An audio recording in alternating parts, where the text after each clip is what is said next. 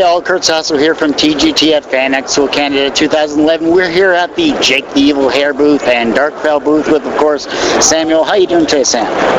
Pretty good, pretty good. Surviving the day, I see, as always. I know it's a bit early there, but, you know, I've been chatting with you on Twitter for a while now. You know, I love Jake the Evil Hare, I love Darkfell, but what brings you to Fan Expo? Well, I wanted to, this is actually my first big convention, so I figured this would be the one to try things out at. And for those that have actually never read Jake the Evil Hare, what is it all about? Well, the product of genetic experiments, Jake is an ornery jackrabbit with a violent temper and a heart of gold.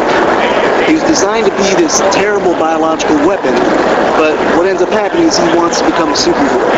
Unfortunately for everybody, he succeeds. And there's much killing to be had as well. Yeah, even when he's doing the right thing, he's really destructive. And it doesn't help that his best friend is a scheming tortoise. And yes, there was a race at one point. They have some history.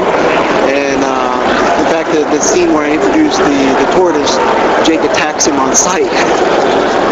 He's like, phew! And half a city block goes down. But you know, it's a great comic. You're really promoting the heck out of it on Twitter, and the storylines that you have are just mind-boggling. And I really enjoy the various arcs that you've done with Jake the Evil Hare. Well, thanks. I've tried to make it action-packed. At the same time, I'm trying to throw in some speed bumps there, but the storyline going on right now is actually called Week 1. Kind of a spoof on Batman Year 1. It's Jake the Evil Hare Week 1. And we're basically seeing just how much trouble one rabbit can get into in 1 week. And you still have many days of that to go, I'm sure. But talk about Darkfell, your fantasy comic here. Well, Darkfell is a complete departure from the silliness of Jake. It's an epic fantasy with a bit of a steampunk twist.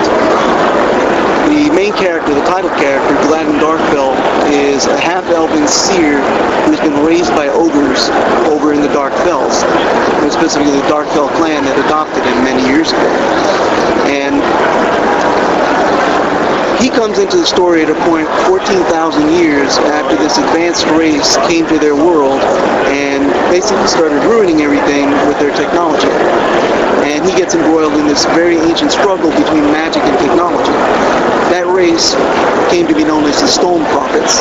They did all kinds of wonders in stone, and they had great technological marvels, but their technology was actually based on magic. And they were siphoning off so much magic that it was ruining the whole world. And there was this great war that devastated everything. The elves lost most of their forest to the humans, and after many years of enslavement and depredation, you have what's called the Rekaizo, the rejected, the unwanted, and those are the half-elven, which Gladden is one of them. And now, 14,000 years later, someone discovers that they had known for a while that the Stone Prophets had left behind this artifact that was believed to have the ability to limit all magic forever. The truth of the matter is a lot more sinister. They left, but the fetters are actually a beacon which continues to drain magic from the world and send it to their world. And so we're at a point, the story picks up where the elves have discovered they're not immortal anymore. One of the elves has just died of old age. And Gladden gets to be the one to try to set it right. And so it's an epic fantasy. There is, some steampunk technology going on. Because magic is so limited and so weak now, you have to be a lot more subtle with it. And one of the elves actually finds a way to use magic to generate steam power. That's kind of where the steampunk comes in. So it's a bit different. It's very serious. You don't have a dark lord in a tower trying to enslave everybody, but it's more about the struggle of different cultures against each other, and basic the decisions of leaders and the consequences thereof, and how even some seemingly inconsequential decisions end up causing all kinds of trouble. Good stuff. And, Fan Expo Canada is the largest convention in Canada, of course. But once this closes up, once you're finally done and you bring Jake the Evil Hare back down to the Twitterverse, what are you personally going to take away from this experience? Well, I think I'm learning a lot about display here. Like I said, this is my first convention, so I'm looking at what everybody else is doing and seeing some of the cooler displays, and I've got some better ideas for how to present everything, and I've met a lot of people, so I'm trying to network and cross-promote with other creators, because a lot of times, and a lot of creators don't do that.